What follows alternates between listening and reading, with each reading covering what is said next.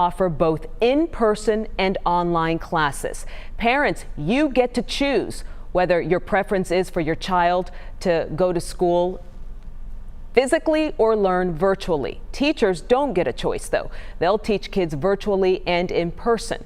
Enrollment starts July 1st, and that's when parents can make their decisions. So this is a major development, and there's a lot to unpack here. Joining me now, Fort Worth ISD Superintendent Dr. Kent Scribner. First off, Dr. Scribner, thank you for leading the way and giving parents and staff some much needed direction.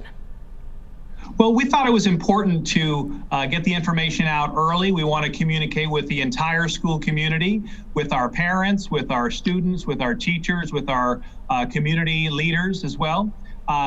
We believe also that a lot can change between now and August the 17th.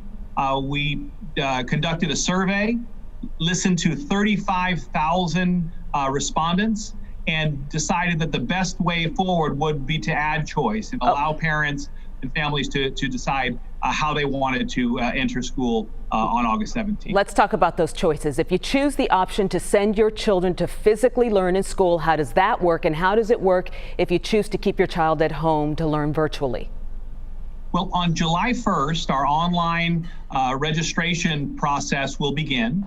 We will allow parents to select their choice of school instruction for the entire semester.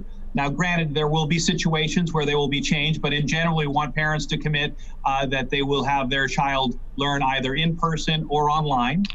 For those students who are learning in person, safety and security is the most important focus that we will have. We want to optimize our facilities, spread students out, keep the class numbers as low as possible, provide appropriate PPE to all faculty, staff, and students. Will students be required to wear masks? Will students and staff be required to wear masks? We're working out those details right now. It would be my desire that that happens. Again, a lot of time between now and August 17th, but it's my intent that everyone is wearing a mask. I think that's the safest thing for all of us. I know other districts are looking at the face shields, and that's something we'll consider as well. With regard to online, what will be different this fall as opposed to what took place last spring is that students will be learning from Fort Worth ISD certified teachers. They'll be learning Fort Worth ISD curriculum, and teachers will be reporting either to a school or to one of our school facilities, a professional development center, for example. If someone in the school community tests positive for COVID-19, what will be the next required steps to ensure there's no spread? Well, obviously, we have to take all of these by a case-by-case basis. Again, there have been protocols that have been developed. We want to remove that student and obviously trace any individuals who that student has been in contact with. We are working out the details between now and the first day of school. Transportation is also a major concern. Obviously, there's a lot to be worked out. We're working with our fellow sister districts as well as they too roll out their plan. If you have a child in athletics, say football or basketball, do they have to pick the option to physically go back to school? No, that's not the plan at this time. If a student chooses the online at-home learning option, that will not preclude them from extracurricular activities. That student who learning online at home would be able to participate in band, in athletics, in other extracurricular activities. We want to make sure that we're offering as much choice as possible.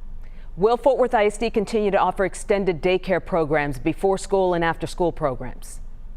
Absolutely. We want to offer all of those opportunities. Our early childhood programs would continue as well. But this needs to be a comprehensive effort. There's a great deal of planning that will take place.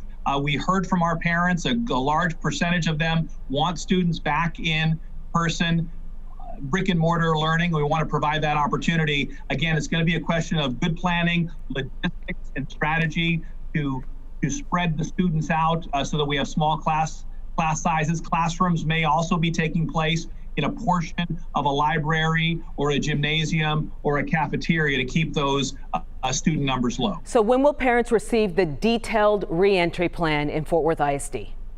Well, obviously, after the 1st of July, when parents begin to enroll, we'll have a better sense of what percentage have chosen which option. We will be offering that feedback in early to mid-July.